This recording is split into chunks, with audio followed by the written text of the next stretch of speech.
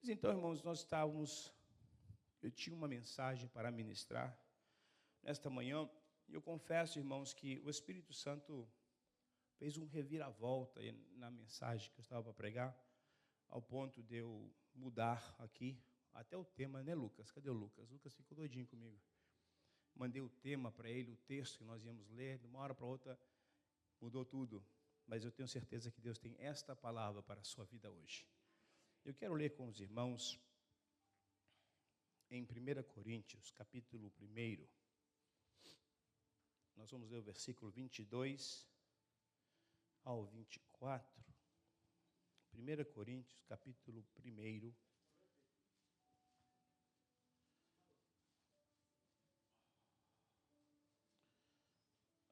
Capítulo 1, versículo 22. Quem encontrou, diga amém. Amém.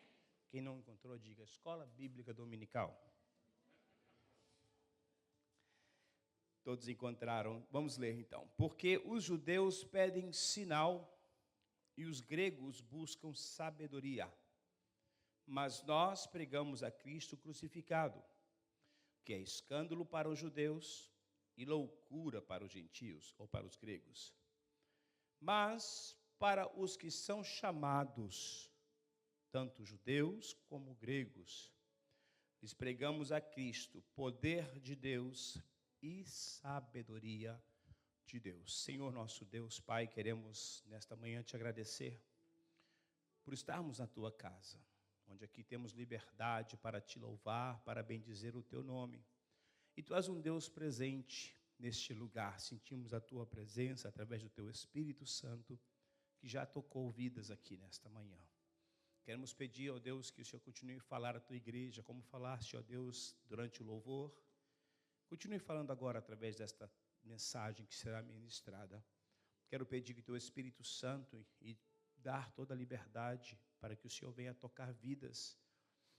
Usa a minha vida como instrumento em tuas mãos para a glória do teu nome. Assim eu oro a ti e te agradeço por tudo. Em nome de Jesus. Amém e amém. Eu vou ler mais um versículo, que é o versículo 18. Eu coloquei aqui, não li antes. O texto vai dizer assim: porque a palavra da cruz é loucura para os que perecem, mas para nós que somos salvos é poder de Deus. Você pode dizer isso comigo? Porque a palavra da cruz é loucura para os que perecem, mas para nós, mas bate no peito assim, diga assim, ó, para nós que somos salvos é poder de Deus. Uma salva de palmas para o Senhor. Ele merece toda a honra e toda a glória. Meus queridos, o texto que nós acabamos de ler, o apóstolo Paulo escreve um assunto bastante interessante, que é o que chama a minha atenção. Que o mesmo Jesus, a mesma mensagem da cruz, ela significa coisas diferentes para diferentes povos. O apóstolo Paulo faz menção de 3 povos, e podemos dizer que esses povos ainda existem hoje. Existe o judeu, nascido judeu. Existe os gregos, no caso, os gentios, todos que não são judeus. E existe a igreja. Não a igreja que se reúne aqui hoje apenas, mas a igreja de um modo geral.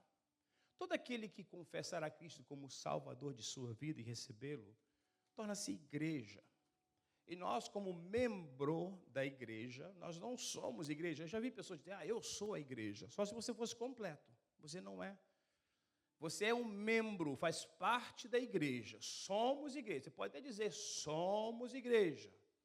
Mas eu sou a igreja, eu estaria a ser completo, né? Nós somos apenas um membro de uma igreja, cujo Cristo é o cabeça da igreja. E por isso existem muitas pessoas desigrejadas, porque ela diz, eu sou a igreja. Para que ir à igreja? Se eu estou completo, eu fico em casa, eu cultuo ao Senhor em casa. Eu penso que existem pessoas que acreditam que não precisam nem de igreja mais. Não precisam reunir como vocês saíram. Isso torna-se tipo que nós estivéssemos aqui perdendo o tempo. Não tem necessidade, Antônio Carlos, de vir à igreja. Se eu sou a igreja, eu posso cultuar a Deus onde eu quiser. Irmãos, talvez em um caso bem específico, se você não tem uma igreja local na cidade onde você mora, torna-se impossibilitado de congregar, fique em casa e seja parte da igreja na sua casa. ofereça o seu culto a Deus na sua casa. Mas tendo uma reunião no bairro onde você mora, na cidade onde você está, vá participar, porque Deus quer isso para a sua vida. É aqui onde nós somos exortados, é aqui onde somos tratados, é aqui onde somos ensinados. Durante a parte do ministério do ofertório, somos ensinados. O pastor Paulo disse tantas coisas aqui, eu espero que você aprenda. Nós dependemos de Deus. Sem Deus nós não somos nada, sem Deus nós somos incapazes. O próprio Jesus disse, sem mim nada podeis fazer. E a igreja, quando ela se reúne, ela deixa de ser 4 paredes, ou algo simples. O próprio Deus se encontra no seio dela, no meio dela. Milagres acontecem, testemunhos são contados, vidas são edificadas, a palavra é ministrada, louvores são entoados. Irmãos, onde acontece palavra, louvor e oração é culto. E aqui nós oferecemos um culto a um Deus santo, um Deus poderoso que habita entre nós. Não é mais uma reunião, não é mais um culto. É um culto que nós vamos oferecer ao Senhor. Nós não sabemos do amanhã, mas enquanto estamos aqui, reunimos. E interessante é que quando nós deixamos de reunir na igreja, nós esfriamos. O texto vai dizer que o mesmo Jesus, que para esta igreja é poder de Deus, para outro é tropeço. É loucura para os gentios. E é sobre isso que eu queria falar um pouco nesta manhã. Veja, Jesus, ele é poder de Deus. Repita comigo, Jesus, poder de Deus, para os que são salvos, para nós, poder. Para os judeus, tropeço, escândalo. Para os gregos, os gentios, loucura. Como pode ser uma salvação tão simples, assim, apenas aceitá-lo e recebe a salvação? E nós vemos aqui que o poder estava ali. Jesus é o poder. Eu fico surpreendido que judeus, o povo escolhido, a nação escolhida para receber o Messias, não estavam preparados nos dias que o Messias veio para o seu povo. Os seus não receberam. Muito contrário, o crucificaram. Não estavam preparados, estavam desligados, distantes, distraídos. E aquilo que era poder de Deus, manifesto para a salvação da humanidade, não foi percebido. Tem um comercial aqui nos Estados Unidos, do Bunny, Energizer Bunny. Quem já ouviu? Quem já viu? E esse coelhinho, ele anda batendo um tamborzinho, bum, bum, bum, e é da Energizer. Está dizendo que é uma bateria boa, você pode comprar que ela vai durar muito tempo, irmã Penha. E eu tenho certeza que todos vocês já tiveram uma bateria que não estava boa. A Duracell. É. Uma bateria que dura bem mesmo. Duracell, o nome já diz. Mas veja bem, é muito bom, Joab, ter uma boa bateria. Posso falar Joab aqui? Tem 2 Joabs na igreja. A bateria, é bom que ela tenha carga, que ela tenha o quê? Poder, energia. Mas ela não é tudo. Ter uma excelente bateria no seu carro é muito bom. Eu tive uma experiência um tempo atrás, onde eu pensei, pastor Paulo é mecânico, eu pensei, eu preciso de uma bateria nova. Quando eu fui comprar a bateria, para minha surpresa, a bateria estava excelente, estava segurando carga. O que não estava bom era a conexão. A conexão, o polo, não, estava oxidado, pastor Paulo. Aí eu conversei com um amigo, ele falou assim, não, sua bateria está boa. Pegou uma palha, uma lixa, e lixou aquela conexão. Tirou aquilo oxidado e conectou, e o carro funcionou. O problema não estava na bateria, mas estava na conexão. E eu penso que eu posso dizer isso para você com certeza, sem medo de errar. Quando Jesus voltar a segunda vez, não vai ser o poder que vai estar ausente, vai ser a conexão que vai estar faltando. Como ele veio a primeira vez, o povo seu, que supostamente conhecia da lei, conhecia das profecias, e supostamente aguardava a vinda desse Messias, tinha todo o recorde. Não estavam conectados. Não entenderam que Jesus era aquele que estaria vindo para salvar a humanidade. E eles quiseram de toda maneira tirar a sua vida, e assim o fizeram. Muitas pessoas naquela época, supostamente entendidos da lei, conhecedores das profecias, das promessas da Bíblia, estavam desconectados. E a Bíblia vai dizer que quando Jesus voltar a segunda vez, muitos vão estar fazendo a mesma coisa. Casando-se, dando-se em casamento, comendo, bebendo. Assim será o dia da vida do homem.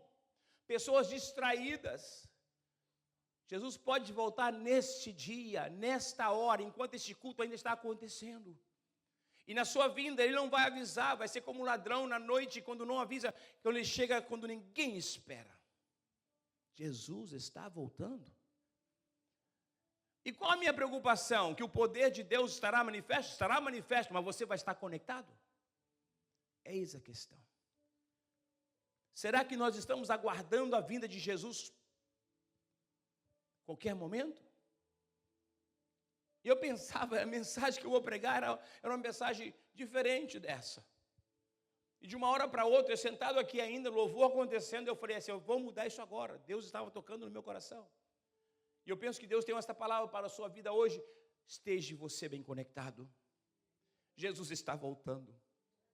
O povo de Deus, o povo que esperava, eles eram o povo que aguardava a vinda de Jesus. Igual hoje nós somos o povo que aguarda. Quantos estão aguardando a vinda de Jesus? Nós somos este povo que estamos aguardando a volta de Cristo. Mas não significa, irmãos, que estarmos na igreja, significa que estamos preparados para estar com Ele na eternidade.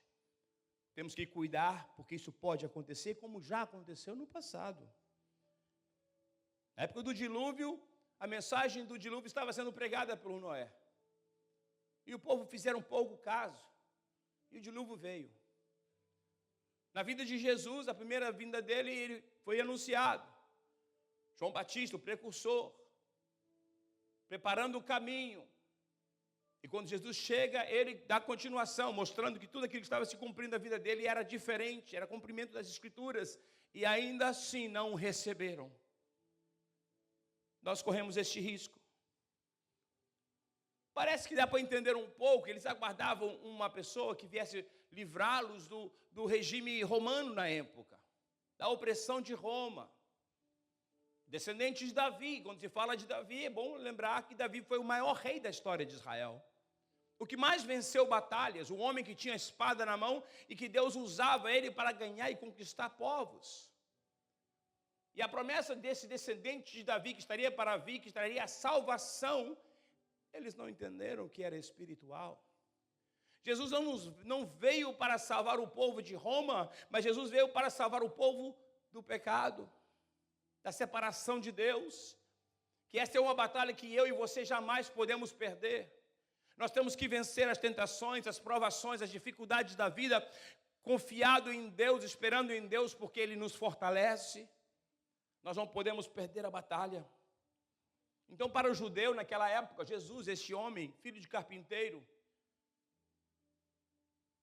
para ele era um tropeço, escândalo. Jesus curava os enfermos, enquanto o sistema religioso na época não tinha cura para oferecer. Eles estavam distantes, estavam sendo bons religiosos. Jesus curava o enfermo e a multidão ia crescendo, e os que seguiam Jesus, a sua fama ia crescendo e expandindo. Isso trazia, em vez de trazer um arrependimento ao sistema da época religioso e uma conversão de verdade, trouxe ódio ao coração daquele povo e dele tornar-se um tropeço agora. Temos que matá-lo porque agora as pessoas estão seguindo esse Jesus. Os principais da sinagoga não podiam ver Jesus. Quando um cego era curado, eles interrogavam o cego, a família do cego, quem te curou, como que foi feito isso? Quando Jesus curava no sábado, eles criticavam ele, por estar quebrando o sábado, de toda maneira buscando matar Jesus, tropeço, vergonha. E quando Jesus morre, parece que tudo estava concluído para eles. Aí, esse Jesus que veio para salvar, nós estamos oprimidos ainda. Mas Jesus veio para nos salvar-nos de nós mesmos, de nossos pecados. Os patriarcas, toda a Bíblia apontava para a vinda de Jesus. Mas eles não entenderam a mensagem. Jesus veio, Jesus foi, e até hoje os judeus não entenderam. estão ainda aguardando Jesus. Esse Jesus que você veio hoje cultuar, que já veio, que tomou o seu lugar naquela cruz, morreu e ressuscitou ao terceiro dia e está à destra do Pai. E é por isso que nós temos um culto a oferecer a Deus. É por isso que nós temos condição de louvar e servir a esse Deus, enquanto ainda os judeus estão esperando. Se você conversar com um judeu, eles nunca aceitam Jesus como o Filho de Deus. Nunca, jamais. Eles estão guardando ainda a vinda de Cristo. Mas aí tem o outro grupo, os gentios. Os gentios, para eles é loucura.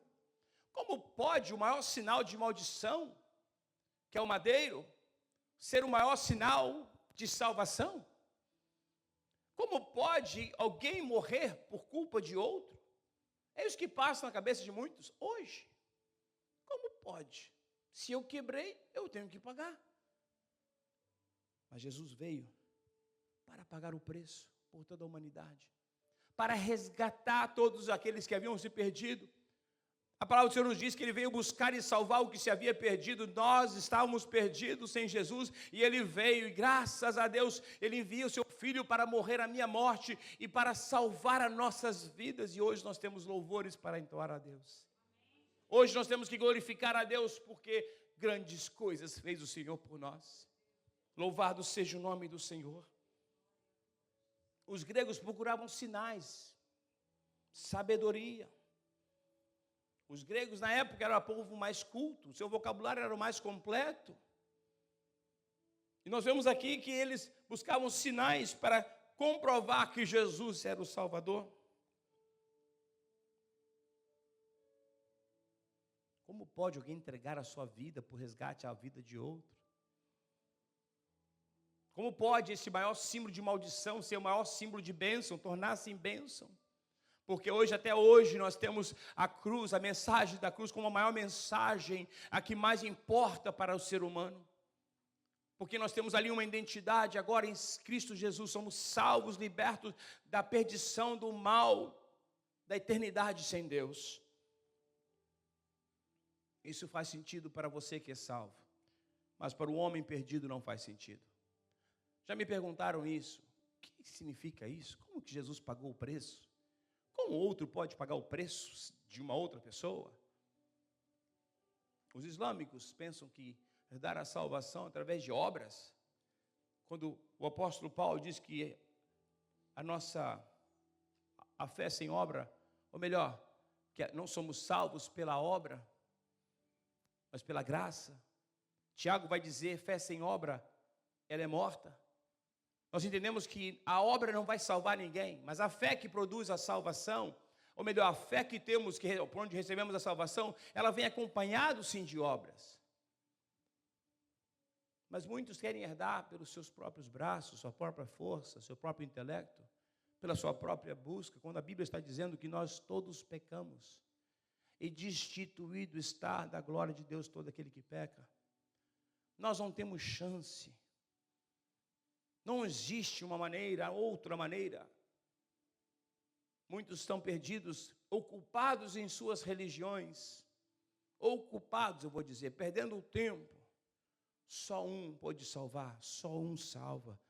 E esse é Jesus, o poder de Deus manifesto. Nós, a igreja do Senhor, o terceiro grupo, o mais bonito. Nós que somos salvos, temos Jesus como o poder de Deus manifesto para a salvação de almas. O poder de Deus manifesto um tempo para a salvação de todos os seres humanos. O interessante é que a morte de Cristo, ela não perdoou somente aqueles que viviam na época. Não trouxe perdão para a sua geração, mas para a geração que veio antes. A Bíblia diz que Abraão aguardava a vinda de Cristo. E não havia salvação, todos os sacrifícios que apontavam para Cristo concluíam-se em Cristo. O sacrifício perfeito. Os sacrifícios antigos eram apenas para apontar, preparando o povo, preparando o ser humano para entender que cada pecado precisa haver derramamento de sangue. Que não há remissão de pecado a não ser por sangue derramado. Era um preparo para aquilo que estava para acontecer. E o interessante, irmãos, eu vim entender isso não muito tempo atrás, é que cada sacrifício, cada cordeiro, cada animal que era imolado, tipificava Cristo. Então, aqueles que mantevem esse compromisso, esta regra, esta lei de sacrificar, estava fazendo como Jesus estivesse sendo sacrificado naquela época, naquela antiguidade. Então, quando Jesus agora completa todo aquele sacrifício que foi feito antes, é tido como um sacrifício de Cristo antes que Jesus viesse. Por isso Abraão foi recebido, por isso os homens de Deus foram recebidos como perdoados pelos seus pecados, porque eles entendiam, ainda que eles faziam com um cordeiro, eles estavam apontando, eu estou fazendo com este cordeiro, e que um dia será feito com o cordeiro de Deus, para a remissão de todos os pecados. E aí foi aceito de Deus. Nada que Deus faz é imperfeito. Tinha um significado. Não era brincadeira. Derramamento de sangue na Bíblia não era brincadeira. Hoje, infelizmente, muitas igrejas não falam do sangue mais. Hoje nós temos o sangue carmesim de Jesus que foi derramado para a redenção. Foi nos derramado o sangue de Cristo para a salvação de nossas almas. O sangue que nos cobre de todo o pecado. Mas para o grego não fazia sentido, isso era loucura. Para os judeus, isso é tropeço, isso é contra a lei. Mas para nós, a igreja, é o poder que salva, é o poder que transforma, é o poder que dá vida, é o poder de Deus manifesto para a nossa salvação. Jesus é este poder. Nós não temos maneiras, formas de chegar a Deus a não ser através do sacrifício da cruz. Nunca deixe alguém te enganar, porque muitos tentam enganar até os escolhidos, e nos últimos dias serão assim mesmo, até alguns escolhidos serão enganados. Tirando a importância do sacrifício da cruz, invalidando. Algumas pessoas acreditando em maldição hereditária, hoje na escola dominical falamos sobre isso. De certa forma, isso aí invalida o sacrifício da cruz. Porque o poder que foi derramado na cruz do Calvário, o sangue que foi derramado, é poderoso o suficiente para nos perdoar e nos fazer nova criatura. Não se esqueça disso. Muitas pessoas pregando um falso evangelho, dizendo que você está preso ao que seu avô, o seu tataravô fez lá atrás. E se você viver uma vida acreditando nisso, você está invalidando o sacrifício da cruz. Você está desacreditando que o poder que foi derramado ali, o poder que nos deu Jesus de sermos feitos filhos de Deus, não aplica. Nós somos salvos, somos libertos. E cabe a mim, cabe a você estar aguardando a volta de Jesus, o poder de Deus. A nossa conexão tem que estar boa, para que quando Jesus vier buscar a sua igreja, nós subimos com Ele, para que nós não passamos como despercebidos. A palavra do Senhor nos diz para orar e vigiar e orar. Nós não podemos estar distantes de Deus, precisamos estar atentos, precisamos estar apercebidos, porque você não quer naquele dia que o seu carro faça tic, tic, tic, tic. É isso que faz o barulho, e não dá partida. Porque existe uma desconexão. Tem gente trocando bateria aqui hoje. Irmãos, esteja atento, esteja alerta. Jesus está voltando quando nós menos esperamos. Ele está voltando para levar a sua igreja. Nós precisamos estar com nossos ouvidos atentos. Por isso, em nossas orações, peça ao Senhor, Senhor, faça-me sensível à tua voz. Hoje na escola dominical falávamos um pouco sobre a condição da pessoa, do ser humano, a consciência. E muitas vezes estamos como a nossa consciência como que sem cauterizada, esta é a palavra. E vivemos uma vida como qualquer, no automático.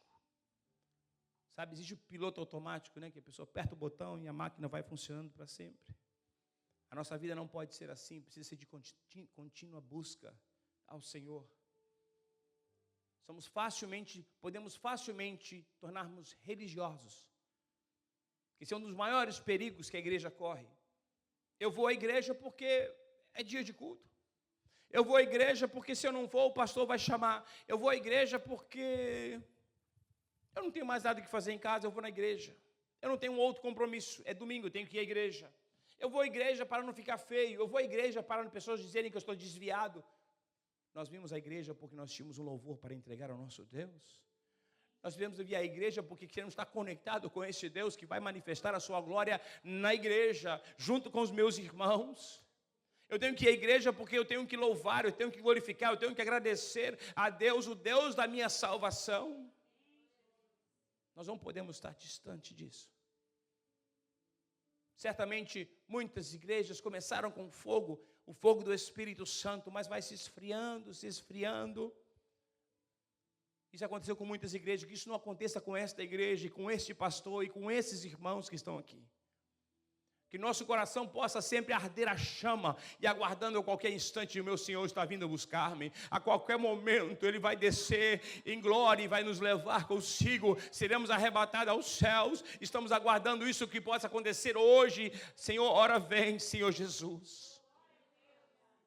Nós precisamos estar atentos. Não é uma, duas vezes que isto aconteceu na história da humanidade. O povo foi avisado, mas não estavam preparados. Que eu e você neste dia preparemos os nossos corações para ser um contato, estar bem conectado com esse Deus que nós servimos, porque certamente não ficaremos equivocados ou esquecidos ou despercebidos. Que Deus possa nos avivar, encher-nos da sua esperança, da sua vinda, porque Jesus está voltando. Coloque-se sobre os seus pés, nós vamos orar ao Senhor. Eu não sei como você entrou aqui hoje, talvez você pode dizer, pastor, eu estou igual aquele carro que faz um barulho, mas não dá partida. Eu estou com a minha bateria bem baixa, a minha conexão não está boa. Mas eu quero dizer para você nesta manhã ainda, você pode melhorar isto. Você pode conectar-se novamente a Deus, buscando a sua presença, não aceitando a condição que você está. Curva sua fronte neste momento, eu quero orar com você. Senhor nosso Deus, Pai, nós ouvimos a Tua palavra. Meu Deus, que nós possamos estar atentos, em alerta, Senhor, porque o Senhor está voltando breve, o Senhor virá. Breve o Senhor virá buscar a sua igreja e nos levará consigo, mas precisamos estar em alerta, vigilantes a todo instante. Não deixe-nos, ó Deus, estar acomodados com a nossa maneira de viver, o nosso distanciamento. Cobra-nos, Senhor Jesus. Ajuda-nos, ó Pai, buscar mais de Ti, estar sensível à Tua voz. Pai, como Tu tens falado desta manhã, continue a falar durante esta semana, Senhor, para nós corrigirmos, ó Deus, aquilo que precisamos corrigir. Desperta-nos, Senhor. Não permita-nos, ó Pai, sairmos aqui religiosos, entrar, meu Deus, em nossas casas como uma religião e contentes, ó Deus, de estar apenas indo à Tua casa, mas que nós venhamos ter experiências contigo, comunhão com o Senhor todos os nossos dias. Desperta a Tua igreja, desperta-nos, Senhor, enche nosso coração de esperança para aguardarmos, ó Deus, a Tua vinda, a Tua volta. Desperta a Tua igreja, assim nós oramos, ó Pai, e Te damos graças por tudo, em o nome de Jesus. Amém e amém.